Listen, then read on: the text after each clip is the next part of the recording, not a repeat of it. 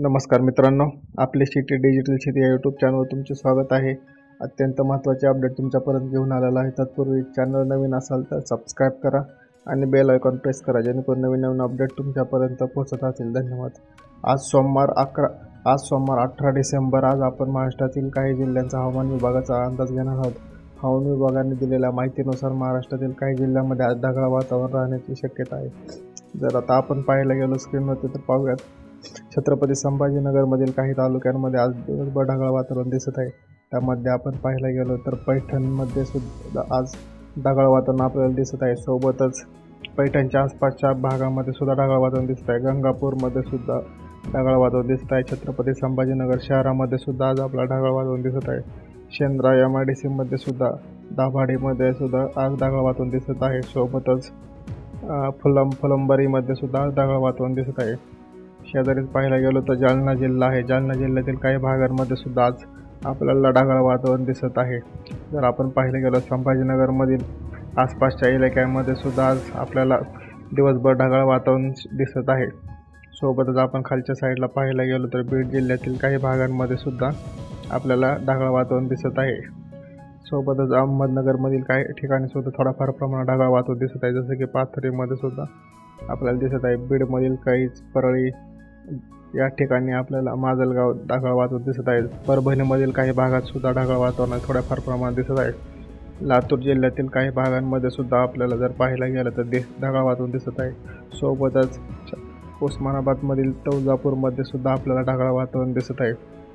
सोलापूर जिल्ह्यातील पंढरपूरमध्ये सुद्धा आणि बार्शीमध्ये आपल्याला थोडाफार प्रमाणात आज ढग दिसणार आहेत. दिवसभरात दुपारनंतर हे ढगाचे वातावरण तयार होईल.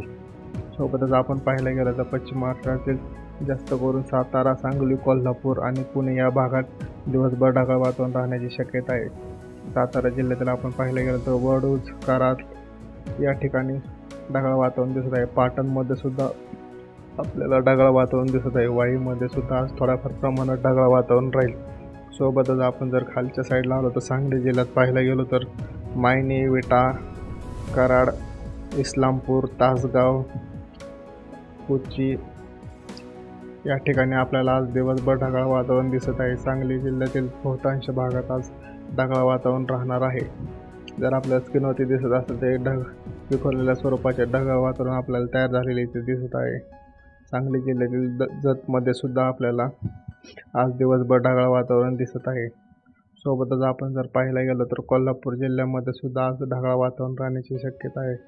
कोल्हापूर जिल्ह्यात जर आपण पाहायला गेलं तर कागल, इचलकरंजी या भागामध्ये, सांगरोल या भागामध्ये आपल्याला पाहायला गेलं तर ढगाळ वातावरण दिसत आहे. ज्योतिबा हिलमध्ये सुद्धा आज आपल्याला ढगाळ वातावरण दिसत आहे. सोबतच मलकापूरमध्ये सुद्धा थोड्याफार प्रमाणात ढगाळ वातावरण दिसत आहे. कोल्हापूर जिल्ह्यातील काही भागांमध्ये आज दिवसभर ढगाळ वातावरण राहण्याची शक्यता आहे. जर आपण स्क्रीनवरती पाहत असेल तर आपल्याला जाणवेल की कोकण किनारपट्टीतील काही भागांमध्ये सुद्धा आज ढगाळ वातावरण राहण्याची शक्यता आहे. त्यातील चिपळूण, आले, खेड, दापोली या ठिकाणी आज ढगाळ वातावरण राहण्याची शक्यता फार आहे. पावसाची शक्यता थोड्याफार प्रमाणात आहे, पण ढगाळ वातावरण या ठिकाणी राहू शकते.